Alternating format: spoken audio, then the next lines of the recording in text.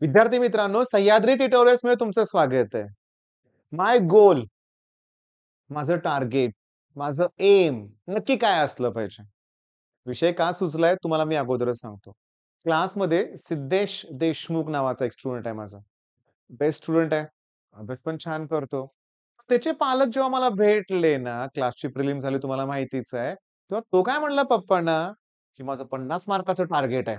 मी 50 मार्काचा paper attempt करतोय आणि sir म्हणले 50 मार्क म्हणजे खूप चांगले मार्क झाले. मी त्या पालकांना म्हटलं, की मी असं का बोललो? कारण बऱ्याचशा मुलांना बऱ्यापैकी पेपर अटेम्प्ट होत नाही. अशा वेळेस 20, 30, 40 मार्काचा पेपर अटेम्प्ट करणारी मुलं आहेत. ठीक आहे, त्यांना एन्करेज करण्यासाठी मी म्हणतो, ठीक आहे, एवढा अटेम्प्ट आता ओके आहे, अजून आपण वाढवायचा आहे. पण याचा अर्थ असा नाही, की मी 50 मार्काचं टार्गेट दिलंय. ओके, मग काय झालं? तुमचं एम किंवा तुमचा गोल किंवा तुमचं टार्गेट हे हाय असलं पाहिजे. तुम्ही सिद्धेशला समजावून सांगितलं, आता केमिस्ट्री तुझं टार्गेट काय असेल? त्याच्या अगोदर क्लासमध्ये वैभव शिंदे नावाचा मुलगा त्या शेजारीच बसला होता. मी त्याला विचारलं, "तुझं टार्गेट काय?" म्हणला, "मी सर 70 पैकी 70 मार्क पाडणार." ओके. सिद्धेशला विचारलं, तो काय म्हणला? 60 पर्यंत टार्गेट आहे माझं. पुन्हा चूक झाली. पुन्हा चूक झाली आणि ह्याची चूक तुमच्या पण लक्षात आली असेल. टार्गेट असं नकोच आहे बाळांनो. तुमचं टार्गेट हे एकदम ग्रेट असलं पाहिजे, मोठं असलं पाहिजे. तुमचा गोल एकदम हाय असला पाहिजे. ओके. मी तुम्हाला सांगू का?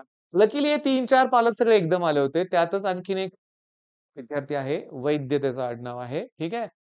शिवम वैद्य. ओके. मग झालं काय? की त्याचे पालक म्हणले, "त्याला विचारा त्याचं टार्गेट काय आहे?" मग शिवम वैद्य म्हणाला, की "मला महाराष्ट्रात पहिलं यायचंय." बघा तुमच्या लक्षात येतंय का? की मला क्लासमध्ये पहिला नंबर मिळवायचा आहे. मला वर्गात पहिलं यायचंय. मला कॉलेजमध्ये पहिलं यायचंय. हं, मला महाराष्ट्रात पहिलं यायचंय असं तुझं टार्गेट आहे. ओके. मग या टार्गेटसाठी प्रचंड कष्ट घ्यावे लागतील की नाही बाळांनो? ते घेतले जातात.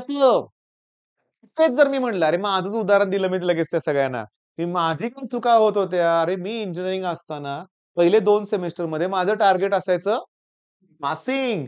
100 पैकी कितीला पास आहे? 40 ला.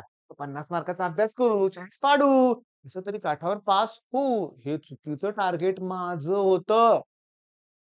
जेव्हा मी पासिंगसाठी प्रयत्न करत होतो, तेव्हा हमखास मी फेलच होत होतो.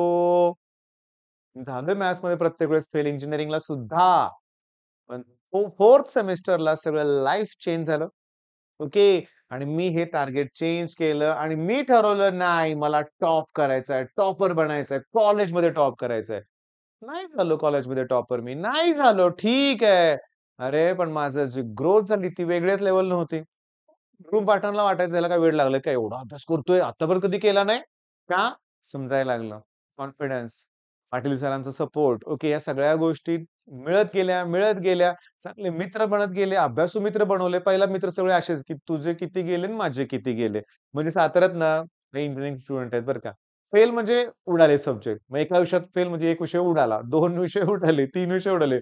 मग माझे 4 उरले, तुझे 3 उरले. असली भाषा. मग काय एकमेकाला मदत करण्यात कॉम्पिटिशन असणार आहे सांगा बघू?